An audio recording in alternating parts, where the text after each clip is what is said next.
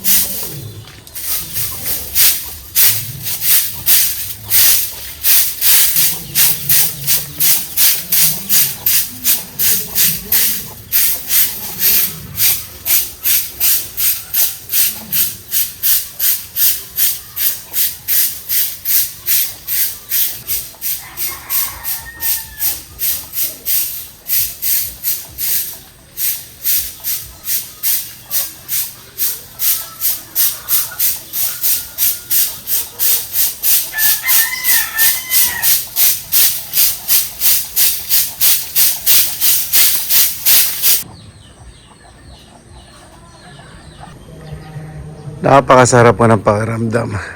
Nagpalinis po ako ng bakuran. Ayan lang po yung treat ko sa sarili ko. Simple. Bakit ang malinis po yung bakuran. Sa mga gumagawa po dito, napakasisipag. Sarap ang tingnan. Ako, malaki na naman dilim. Mga uulan na naman na may tamang-tama. Pagkadamo, talagang yung nagdamo po dito, simot na simot, pati kasulok-sulukan. Hindi pa po tapos. Bukas last day. Eto sa gilid ng palaisdaan, grabe. Di ba nung mga nakarang araw kasi siya po may basketball sa eskwela. May basketball court kasi. Pati yung gilid talaga. Linis na linis yung damo. Yung mga dapo o yung kiyapo, yung mga water lily na nasa ibabaw, tanggalin ko kasi dumadami po yun. Sarap tingnan pag malinis ang paligid, ano? Ang palaisdaan ko, may laman po yung bulig. Dati mga hito, nakawala po yung mga hito kasi yung sa lambat doon sa ilalim may butas na nagbaha, ayun, nakawala din. Yung last year, sayang po, ano? Ngayon po bulig. Puntahan naman po natin itong harap ng daanan. Ay, sarap tingnan. Sa mga nagko-comment, yung kambing po na yan sa kapitbahay po namin, may silungan po yan. Saka hindi po pinabayaan na ganyan po yan buong araw. Nung umulan, ayaw pong sumilong. Tapos pinalinis ko. Tantawa siya kasi yung ibang damo dito, naabot niya na. At pwede na siyang isuga doon sa dulo. At dito po, pinaayos ko po yung mga material sa paggawa para madaling kuhanin, malinis. Kung may lalaglag silang mga gamit, malinis. Pati po dito sa pagitan ng bahay po namin ng kapatid ko, malinis. So pag naglagay na scaffolding doon, kung mga gamit na may iwan sa bakuran, malinis. So wawalis-walis ako na lang yung dahon para mas malinis. Tingnan, di ba po? Balik po tayo sa bahay. Siyempre mga gamit man ang gumagawa, pinalalagay ko sa terrace para hindi mawala. Para safe.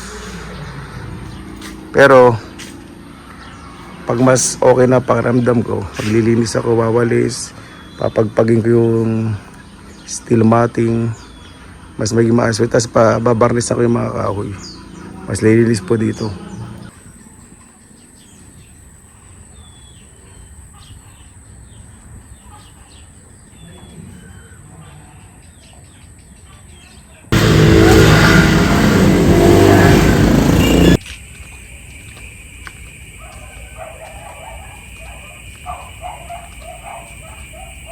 Mabuhay yan! Maraming salamat na po sa Panginoon. Kasama-sama na naman po tayo. Naway safe po ang lahat yan. Nakakilos na po ako. Konting malat na lang pero magaling na ako. Wala nang masyadong ubo. Bago tayo mag-misa, pasalamatan po muna natin ang Panginoon. Panginoon, maraming salamat po sa biyaya ninyo po sa amin sa araw na to at bibigyan na bigay. Naway ang bawat isa po ligtas mula sa pag-alis ng kalitahan at pagbalik, lalo na po yung malalayo po sa kanilang pamilya na nakikipagsapalaran po sa ibang bansa. Kayo na po ang bahala po sa amin. Sinusuko na po namin sa inyo sa kanilang Jesus. Okay. Sana po natin. Yeah. Kaunti lang ang rice natin ngayon. Gusto po kasi enjoy ang ating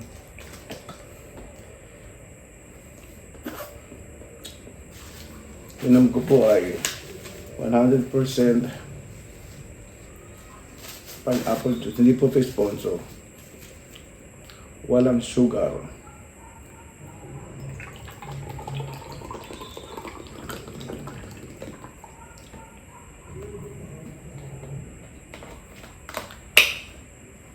Ito muna tayo sa inihaw na liempo.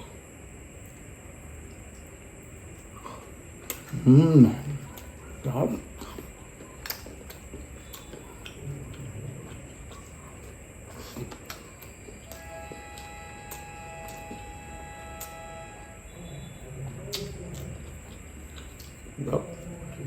Natin fried chicken. Sa bayan lang po bumili sa ihawan.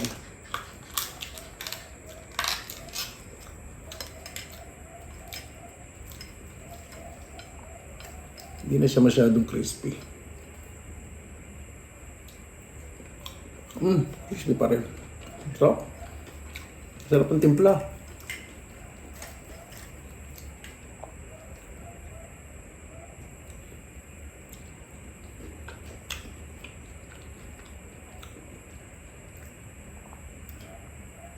Binuhos ko na po yung sarsa.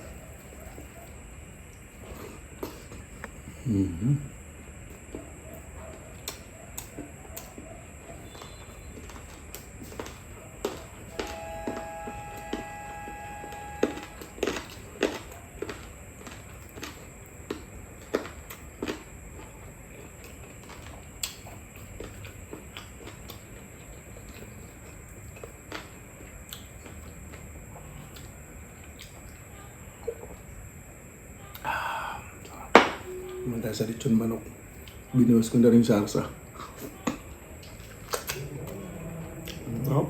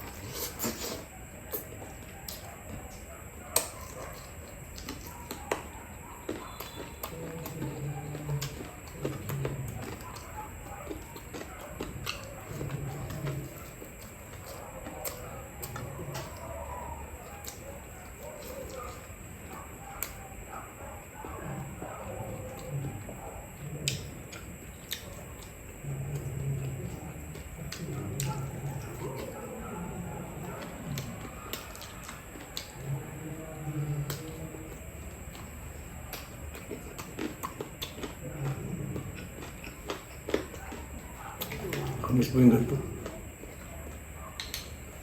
Ito po yung treat ko po sa sarili ko po ngayon. Kasi more than a week po ako di ba inubo. Tapos yan nakaso. So after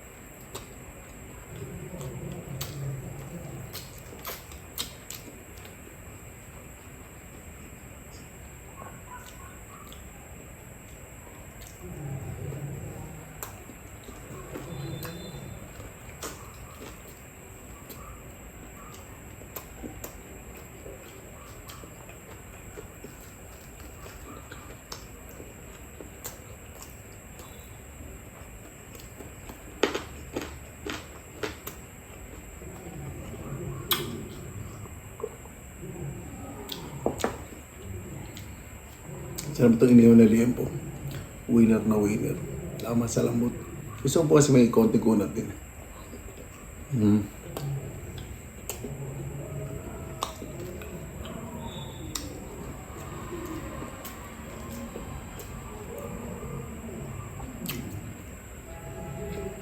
Hindi sa manok, malasa.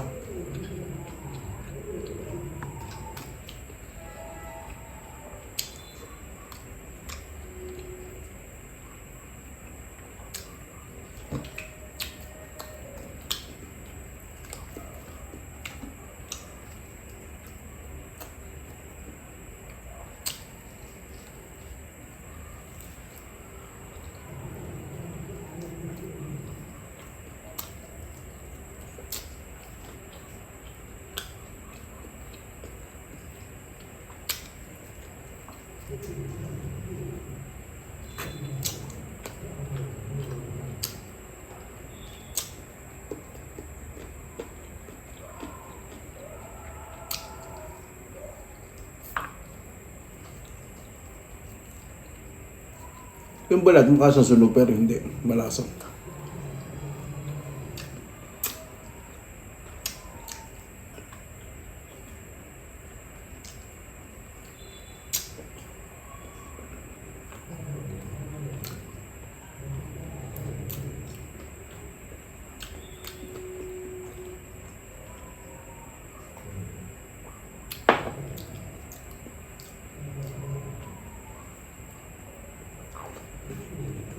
Yung fried chicken, medyo okay lang yung lasa.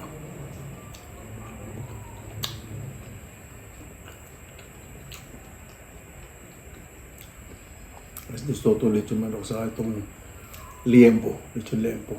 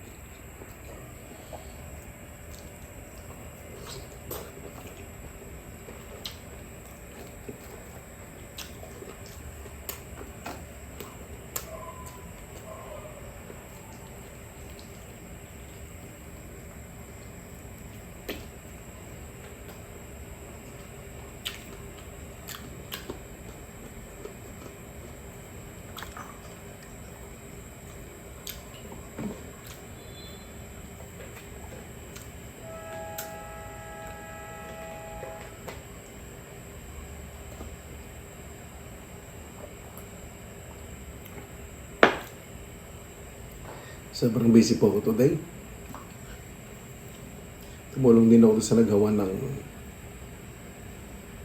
damo. Pero hindi ko naman po pinuwera sa sarili ko.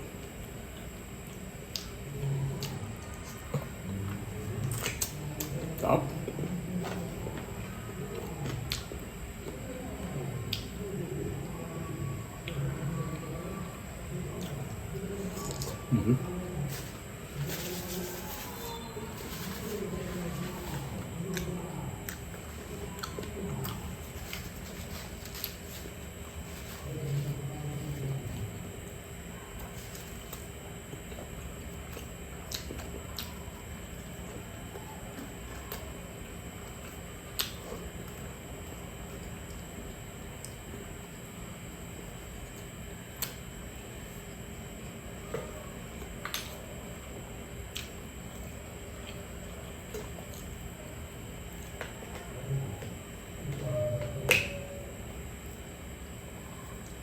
Sa lempo.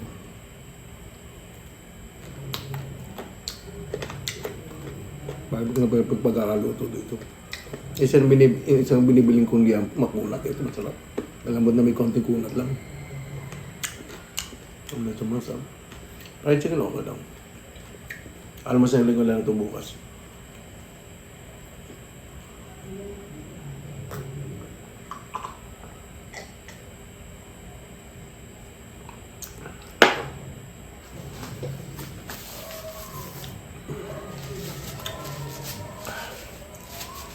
Ay, nag-crave po talaga ako sa mga ganyan. Paano po, bago tayo magtapos, pasalamatan po muna natin ang Panginoon. Panginoon, maraming salamat po sa binibigay po sa aming ibigay natin sa araw po na ito. Naway ang bawat isa po ligtas. Lahat po ng bago namumuno, pakigabayan po ninyo. Ang bawat isa po kailangan dumiskarte po ng doble sa buhay dahil ang pagbabago po sa buhay ay nakabase po sa kasipagan, pakikisama at respeto po sa kapwa. Kayo na po ang bahala po sa amin. Isinusukunan po namin sa inyo lahat sa kanan ng Jesus. Amen. Paano po, maraming salamat na po sa inyong oras na ilan sa Pinilang Lakbay. Basta lagi po tayong positive vibes, good vibes. God bless. Ingat po lagi, magandang araw. Laban lang!